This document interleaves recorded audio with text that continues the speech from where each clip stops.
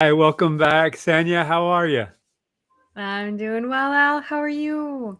I'm doing all right. As I just shared, I'm going to be heading to London in a few hours. We're going to be doing an event day after tomorrow, which is coming up very, very quickly. And you participated in this Paval Connect event in Austin a few weeks ago, and now this is going to be the fifth one, having been in Boston, New York, the San Francisco Bay Area, in addition to Austin. So, yeah, I've been hustling around, and I know you all did your Question Pro X Day was amazing there in Austin. So, if you would, yeah, introduce yourself for those who might not know, but the people who are attending, by and large, do obviously know who you are, and yeah, this topic that we're going to talk about is the real deal, particularly here in the Bay Area, but not only around the United States, but around the world. So if you would, take it away.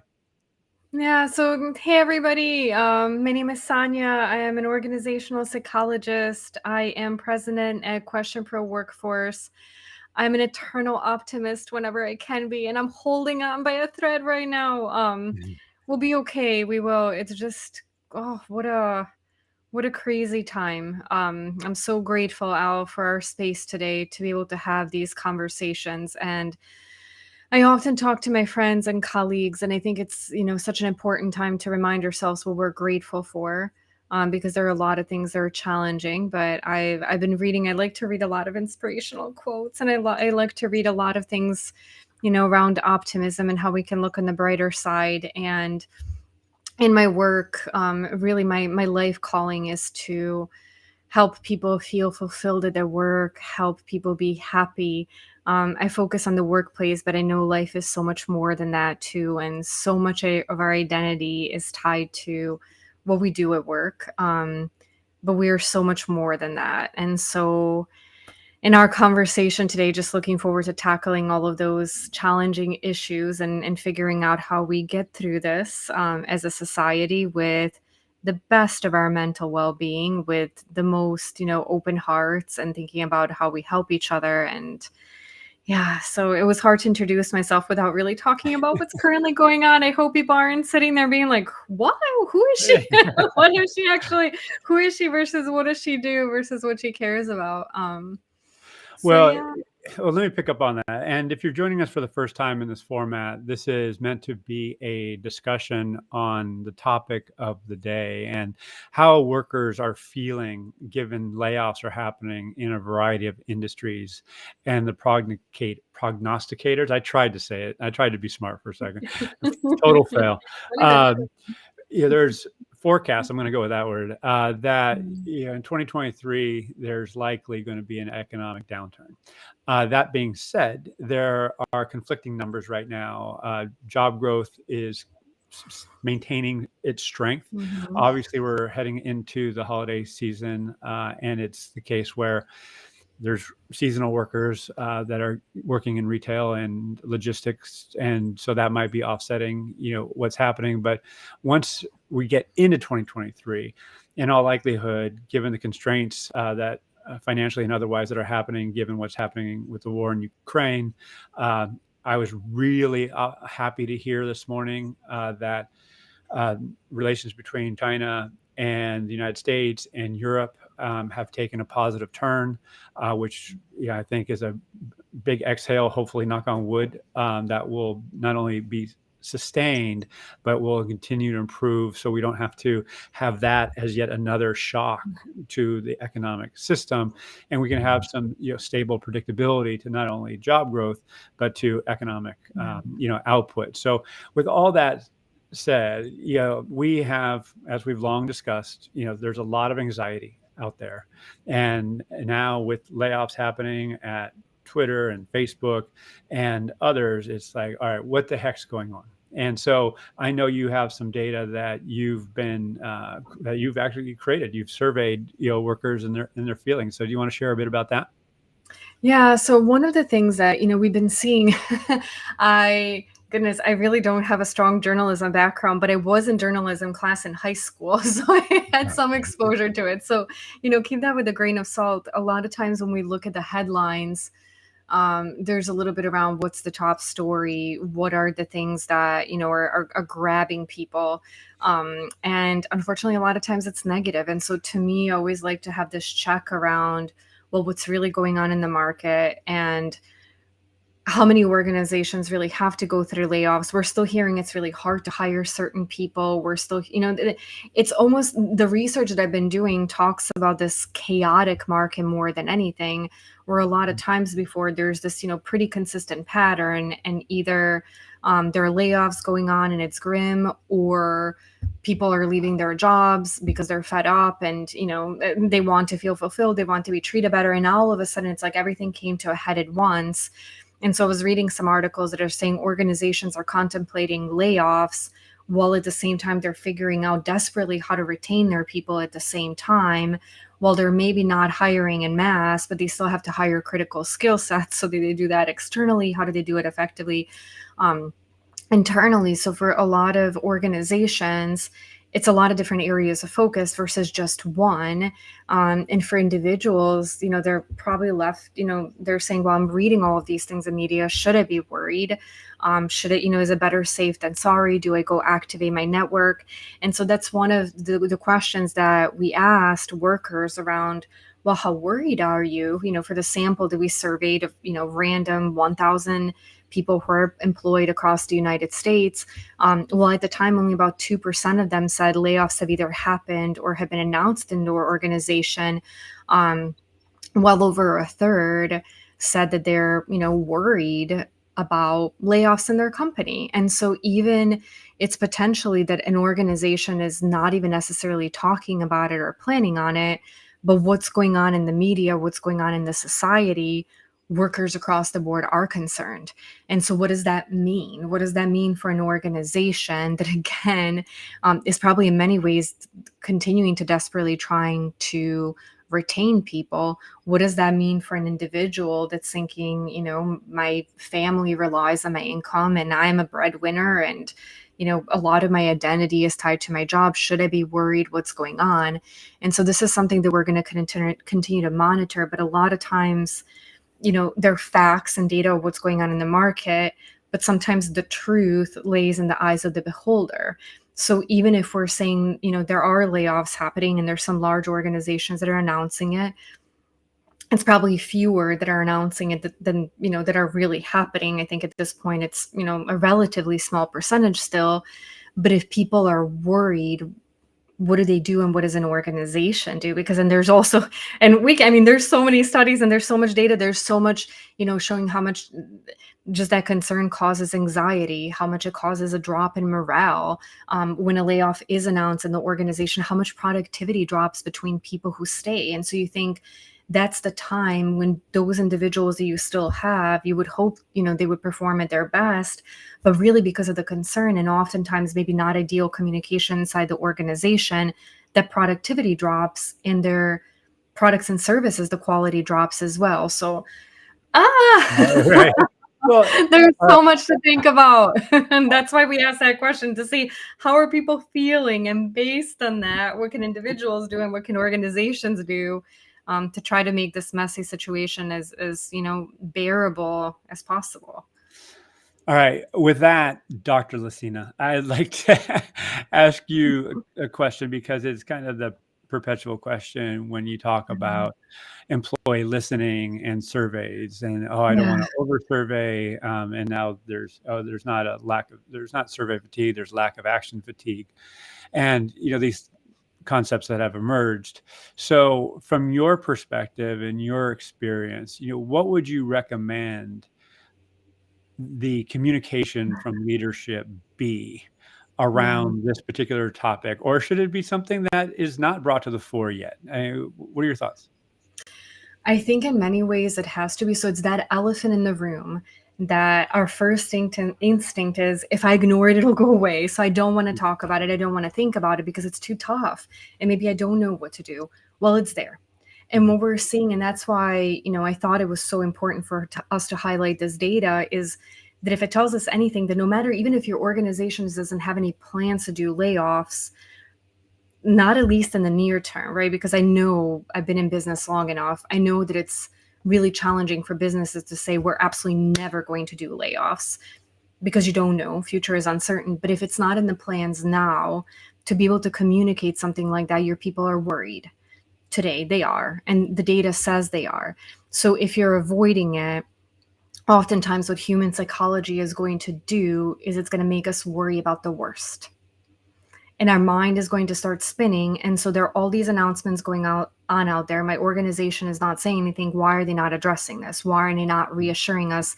Why? It must mean because something bad is about to happen and they're not saying it. I hate to, I wish human brain worked differently. I know, I mean, I'm a psychologist and my brain does that. And I actively have to, go back and talk to myself and think about, well, why is there this reason for worry? Is it legitimate, or is it just because of what's going on societally?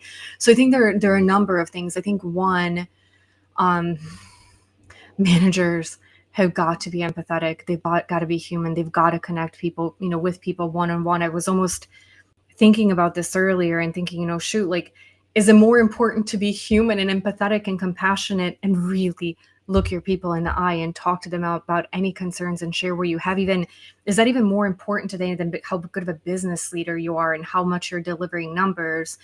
I would almost say, if you're thinking about how to split your time, spend more time on that than you usually would, because your people need that, and your people need that to be productive. Your Mhm. people need that reassurance to continue to perform.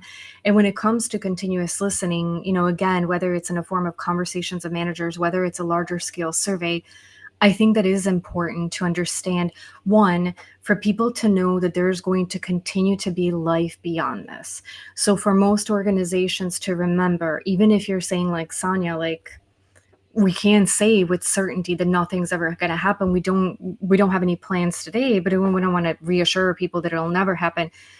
Nobody's necessarily looking for a guarantee forever. We all know that life changes, but if you have some reassurance for the near term, I think that's critical. Again, life goes on. Even if the worst case scenario, at some point you have to go through layoffs, you still need to think about what kind of training and development you give to your people, how you reskill them. If you think about, I need to look at growing parts of my business and what skills do I need? Now is that perfect time for organizations to think about how can we shift people internally. And this is not a new concept, right? We've been Right. talking about this for a really long time, but I think it's something that organizations still have a tremendous opportunity to do better. Yeah. Yeah. So if you're having that conversation with your people, if they feel seen, if they feel heard, if you ask them around, hey, we're making plans to do this. What is your opinion on this? What else could we do? What could we do better? If they see you thinking and planning for the future, one, you can do it more effectively with their input. And two, having that kind of conversation about the future will give people more reassurance that it's not going to be doom and gloom. We're not going to shut our doors forever. There is a future here. How can I proactively set myself up to be more successful in this organization because I want to stay here? I will pause there. I will give you the mic for you to give your opinions, because I mean, as you can imagine, in my like true PhD hard self, like I've been doing so much research about this over the last several weeks, and especially even today leading up to our discussion. So my mind, I will start to pull out citations and a million different recommendations. But I'd love to hear your opinion on it. Well, Based on your conversations, what are you seeing? What are you thinking? What do you think organizations should do? Of course, it depends, depending on the size and the industry and geography and the job families that they're, trying to attract or retain. That said, there are some, what I would say, salient ways of communicating and listening that are emerging, I would say, as a leading practice. And it's based on like just giving a shit, caring, empathy, because if you just assume that people are just going to suck it up and be around and deal with it, if you don't lose immediately, you're going to lose over the medium term and certainly longer term. And I'm saying that more and more assertively and confidently as younger people become leaders, where their willingness to put up with BS is a lot less than my generation. With that as the staging, and if you're listening to this live or listening to this as a recording, I encourage you either to enter your comments and ideas in the chat below or reach out to Sanja or myself, because the research that we are doing is something that we're doing on an ongoing basis on a Mhm. variety of themes. And so we can action this, as you all likely know, Question Pro is not only an EX, but it's a customer experience, and it does research. So our ability to get insight into what's happening within talent markets is uncommon, and we can do this at speed. So again, an invitation to get involved. I am really, uh, how should I say, I still struggle with this, honestly, this balance between productivity, both individually and as an organization. And I would throw business continuity in there as well, with well-being and engagement. And this is kind of a perpetual dialogue. Can you have high performance at the individual, team, and organizational level, and high well-being? Absolutely. That said, there are boundaries. We all have boundaries of time, our Mhm. capacity of, as we long talked about. So where I'm like right now, given that we're going into the holidays, there's innately kind of transitions that happen at this time of year. People reflect and so forth. I agree with you that leaders have to proactively go out, whether they be team leaders or organizational leaders, and at least provide a status of what's happening in the organization from their perspective, and invite questions like we just did to learn more about what's happening. And I want to toss this back to you, because how do you create a dialogue at scale? Well, surveys is obviously one way. You Mhm. can have town hall meetings, you can have, certain things like that. I'm really curious, and this is something that I really got my head around uh, during X Day in Austin. The notion of digital focus groups. Yeah. And when I think about digital focus groups, I think about employee resource groups, and how, understanding a certain demographic, if you will, within the organization, you'd be like a young mothers of young children, for example, or of course, Black Americans or Hispanic, Latino groups, whatever the case is. But truly, if diversity is commitment, and it Mhm. should be for all organizations, how, given this stress that's being put on organizations externally, how do we listen, learn, and take appropriate action at speed, at scale, and in sustainable ways? And I think more and more Yeah. about the role of digital focus groups, because doing that, at speed, at scale, and in sustainable ways is possible. So, with that, can you just, what does that mean to you? This idea Yeah. of digital focus groups? I mean, I think it's important, especially with topics as sensitive as this, to have different mediums to communicate with employees. And I think that that depends on the organization. So, what kind of culture do you have? What amount of psychological safety do your employees have? Now, I would say when it's a situation as sensitive as this, um, being able to have a conversation in a team meeting, in a focus group, one on one, I think it's critical to try it. I do think there needs to be some kind of an anonymous backup, because there might be people they feel worried to say that they're scared about their jobs, or they're scared about the future. They don't want that to be negatively Good point. perceived. They don't want, well, why is this person concerned?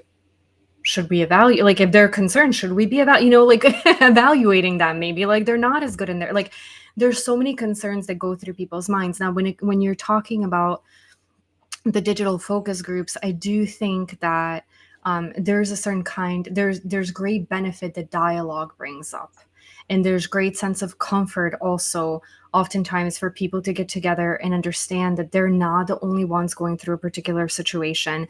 They're not the only ones going through a particular challenge, and you can get richer information, like, to dig in even to some of the whys. Like, I had a conversation with my colleagues earlier this morning. It was a different topic, but literally in my mind went through like the 7 psychological whys of trying to understand something.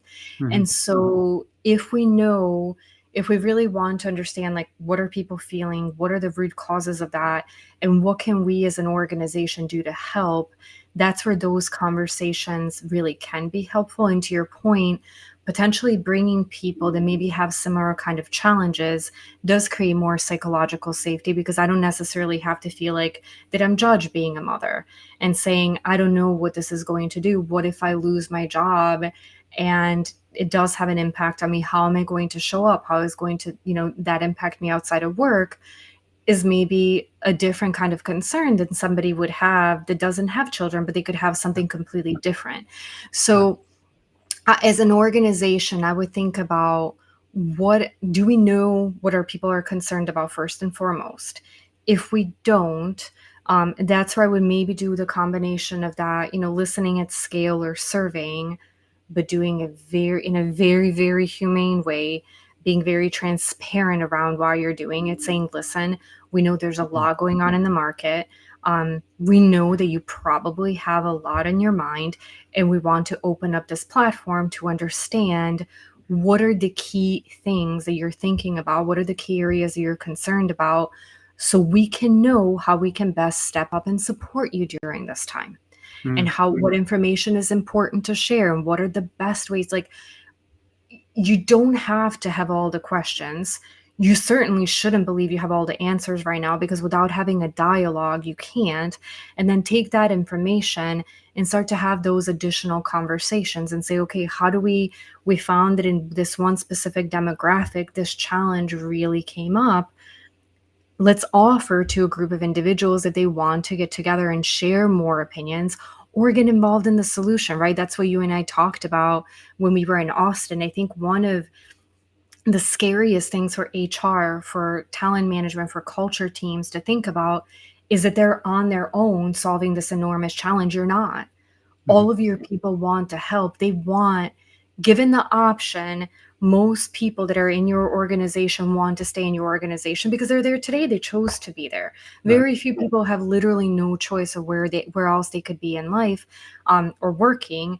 And so to say, how do I pull all of these individuals, once I understand what are the key challenges, how do I ignite my entire workforce to work together to solve this?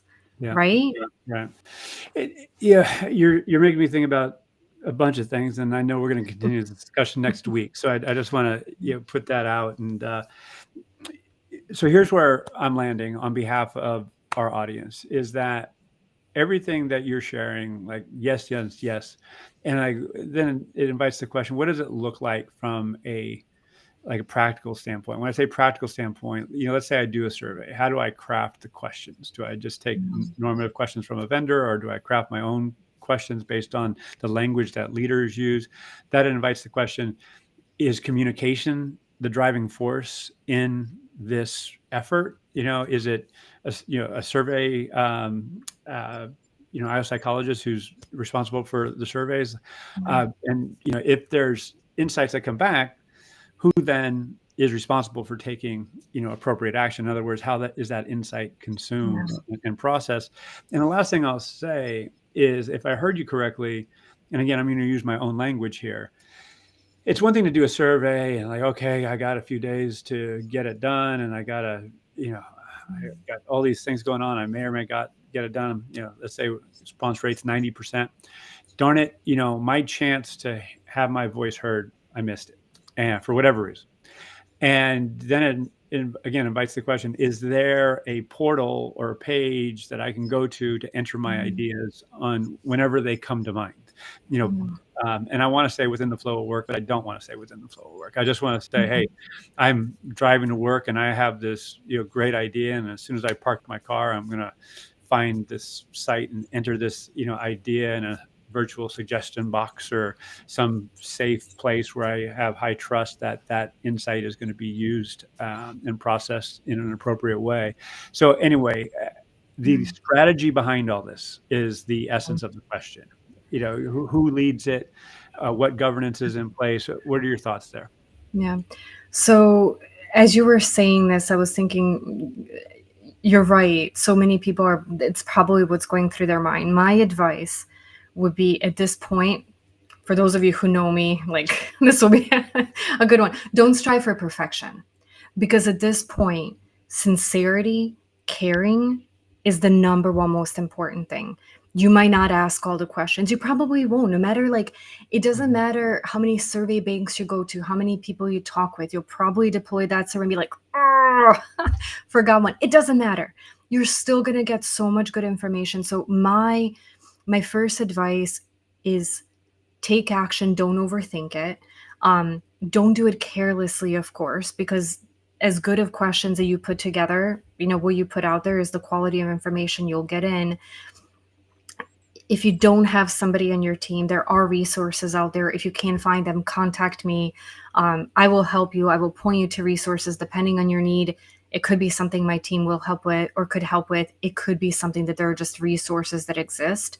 But activate your network, because there are people out there that can help. There are people out there that can help you. It doesn't have to be completely on you to execute this. But again, don't let perfection keep you from doing something. If you have a genuine interest, which I believe any of you that are listening to Al and I today do, that will come through in your communication. Make it human. Feel like you're talking to your brother, your sister, like a friend. Like, make it that sincere. That will open the biggest door to people wanting to contribute, to people wanting to participate, to people wanting to be honest. Once you get the information back, again, if you're not sure what to do with it, let me know, let your network know. There are a lot of us out there that do this for a living, right? It doesn't have to be you. If you're sitting there and saying, Sanja, this is not something that's necessarily intuitive to me, activate your network. Let me know. I will put you in touch with the right people if I can't help you myself, but don't keep that from having you take action, because the longer this is, in some ways, it's an urgent situation. If we don't have that dialogue today, if we don't start to have that dialogue, if we don't know what is on the minds of our people, we won't know what to do next. That dialogue doesn't have to happen once. If you start to ask the right questions, if you start to have the right conversations, people will come back to you. People will ask for more, and you can ask again. So again, that's why I was saying, for anyone that knows me, knows I talk about perfection a lot and my ever-ending battle with it. But I'm working on it. And I do think that, like I keep saying, at this point in time, just showing that you care and starting that conversation you will not have it once. We will continue to have these conversations. You'll continue to have it with your workforce. So at least knowing what to focus on first and then continuing from that will be hugely, hugely valuable. Yeah, well, thank you for that. And I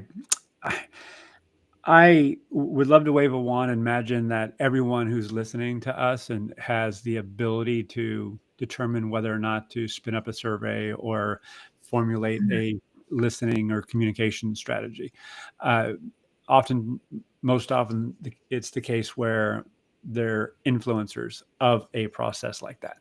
And so and we can explore this, later, is what is the relationship with internal communications, particularly in organizations, say 500 or 1,000 or more, where that is a conscious activity. I remember years ago, almost 20 years ago now, the survey that I eventually managed resided in communications.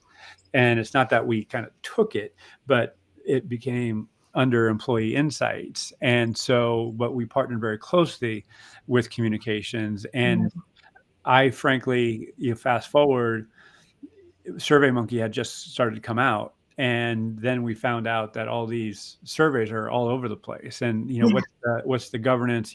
Is there action being taken? And that arguably leads to lack of action fatigue. So the key takeaway for today is having a plan, having a strategy with key players involved who not only can help formulate the processes, but can take appropriate action at the end of the day. So that's my hope. That's my hope. So, well, thank you, awesome person. I really appreciate you doing this research. I'm going to pop it up here. And by the way, Sanja, correct me if I'm wrong. If somebody wants an image of this, you're welcome to reach out to either Sanja or myself, or if you have the wherewithal, you can actually snap it off LinkedIn itself. But I found this to be valuable. I'm going to well, we're using it today, obviously, but it helped me frame a discussion that I'm actually going to have on Thursday in London. So, thank you for doing what you do. Thank you, Al, and thank you for giving us a platform for this really important conversation. And like you were saying, for anyone that's joining us today, we'll continue next week. If there are questions that you would like to know how workers are feeling, send the suggestions to us, and we would love to. We can grab this data very, very quickly, like in an hour. Yeah. So if you want to see some more insights, like specific for next week, let us know, and we'll go through the recommendations. Yes, and Darby, sorry I didn't see this question earlier. How you doing, my friend? Appreciate it. I'm going to sneak this in. Sanja, do you mind hanging on just for a minute? And No, we'll no, of course. do I'm here. I don't have so, a flight to catch later today. I'm staying in yeah, Buenos Aires. I do. So, should there be a sub strategy for different areas based on critical skills, critical areas of the organization, or high flight risk areas? This might be the whole next episode next Tuesday. But real quick, Sanja, what's your take? Yes. So that will be my most Yeah. concise answer. I think that there are organization-wide things that you can do, but in our practice, we're firm believers to empower managers, to empower leaders of their area to also have insight and be able to add additional strategies that they feel like they're most effective for their people. And so we know that there could be different departments, different geographies, there are different factors going on. So a one size fits all won't necessarily be the most effective across the organization. Of course, there's some economies of scale and there are some things that will impact the entire organization. But to your point, like the high flight risk areas, risks of highest turnover, why? What is causing that? What could we do differently? Is it led by the market? Is it led by leadership?